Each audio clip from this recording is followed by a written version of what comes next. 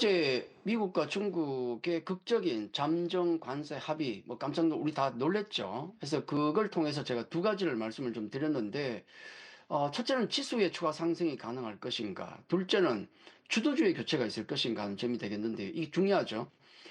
지수 관련해서는 어제 미증시가 하루 급등이 나오면 4월 초에 제자리를 가게 된다, 넘어선 상황이거든요. 그래서 지수가 한 방에 다 반영이 된다는 말씀을 드렸고, 추가 상승은 그러니까 전 고점 정도까지 갈라 그러면은 관세가 원래 없던 수준의 합의가 필요하지 않습니까? 지금도 관세가 남아 있잖아요, 지금. 협의도 해야 되고.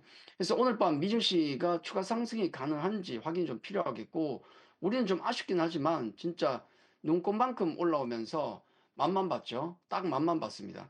자, 중요한 점은 뭐 지수도 지수겠지만은, 지수야 뭐 길게 보면 저는 뭐 긍정적으로 봅니다만은, 단기적인 지수는 조금 답답한 측면이 있는데, 중요한 건 주도주의 교체가 있느냐, 이게 사실 제일 중요한 거 아니겠습니까? 지수 가면 뭐합니까? 내게 가야지. 그런 상황에서 역시 주도주의 교체가 있느냐가 중요한데, 물론 어제 오늘만의 상황만으로 뭐 다 판단한다, 이건 어렵습니다만은, 지금까지 이렇게 분위기를 가만히 보면 주도주의 교체가 쉽지는 않겠다. 왜냐하면 우리가 시장이 멀리 가기 위해서는, 멀리 달리기 위해서는 혼자서는 못 갑니다. 그렇죠? 그래서 마치 육상의 계주처럼 계속 바톤 터치를 하면서 그렇게 가야 또 새로운 주도주가 나오면서 그래야 멀리 갈 수 있는데, 좀 시쳇말로 말씀드려서 지금 새로운 선수가 삐리해요. 오늘 보니까 보십시오. 기존의 주도주인 우리 조선방산 엔터, 뭐 바이오, 라면 등등 이런 그 섹터 종목들이 오늘 그 상황이 답답해서인지 자기들이 다시 전면에 나서려고 하루 만에 꿈틀대고 있지 않습니까? 물론 어제 이들이 차익 물량 때문에 급락을 하고, 그 다음에 바통을 이제 반도체나 뭐 자동차 아니면 다른 쪽으로 넘기려고 했는데, 오늘 걔들이 달리는 걸 보니까 이거 믿고 바톤을 넘길 수 있겠어? 약간 어려운 분위기를 본 겁니다. 대표 주자라고 할 수 있는 삼성전자를 보면 어제 본장에서 너무 좋았습니다. 플러스 5% 급등이 나왔고, 그리고 나서 이제 그 본장 끝나고 오후 4시에 관련 서프라이즈 잠정 합의 발표가 있었지 않습니까? 근데 그 발표 이후에 넥스 트레이드 시장에서 고작 1%밖에 못 올랐거든요. 그러고 나서 간밤에 미증시 그 뚜껑을 열어보니까 반도체 주가 급등을 했지 않습니까? 빅테크주들이 다 급등을 했고, 그걸 보고도 오늘 삼성전자 지수가 어떻게 됐습니까? 마이너스로 끝났거든요. 이래서야 믿고 맡길 수가 있겠는가라는 생각이고, 자, 거기다가 최근 그 하락폭이 좀 컸었기 때문에, 컸었던 2차전지, 또 그 친구들이 하루 또 바짝 올라왔죠. 해서 혹시나 하고 기대를 했었는데, 오늘 바로 무너지는 모습이 나왔고, 심지어는 장 마감 이후에 앞서도 뭐 소식이 전해졌습니다만은, 포스코퓨처엠이 1조 1천억 규모의 대규모 유상증자 발표를 하면서 이쯤 되면 후보 탈락이죠. 맡길 수가 없지 않습니까? 유증을 해야 될 그 정도 수준으로 지금 힘든 국면인데, 또 미국에서도 또 공화당 쪽에 법안도 또 통과되고 그런 게 있지 않습니까? 자, 그런 부분들 때문에 또 2차 전지도 탈락이다, 그렇게 놓고 보면 답답하죠. 결국 또 기존 주도주인가, 이 생각이 들 수밖에 없습니다.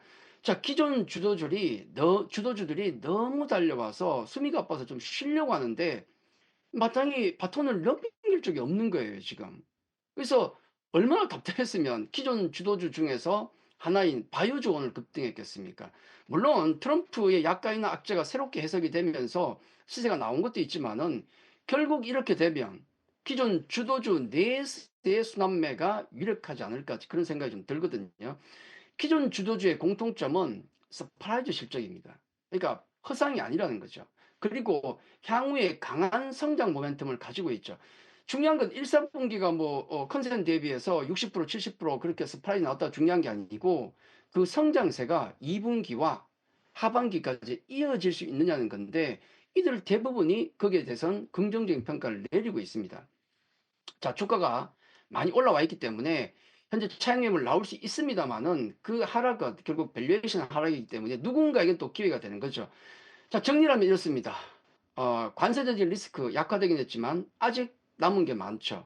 자, 그렇게 본다 그러면은 지금 그 뭐 우리 품목관세 남았고 보편관세 10% 남았고 아직 많이 남았습니다. 그렇게 보면 우리 주력인 반도체, 자동차, 철강, 2차전지 이런 섹터는 품목 관세 또는 보조금 이슈, 폐지 이슈 다 묶여 있습니다. 그래서 당장 지수에 대해서 자신하면 안 될 것 같고 종목으로 넘어간다 그러면은 우리 증시는 아마도 주도주끼리의 강한 순환매가 여전히 중심이 되지 않겠는가.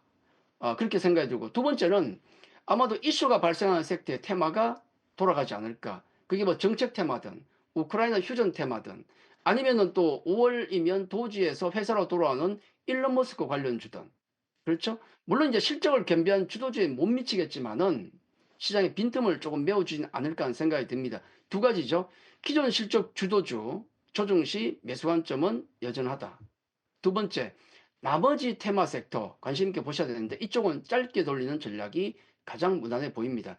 잠시 후에 제가 8시부터 공방을 가지는데 이 공방에서는 우리 주도주 얘기는 워낙 많이 드렸으니까 로봇주를 비롯한 좀 짧게 돌릴 수 있는 이 테마 섹터에 대해서 집중적으로 살펴보겠습니다. 자, 오늘 여기까지입니다. 8시 잠시 후에 공방에서 무료 방송에서 뵙도록 하겠습니다. 감사합니다.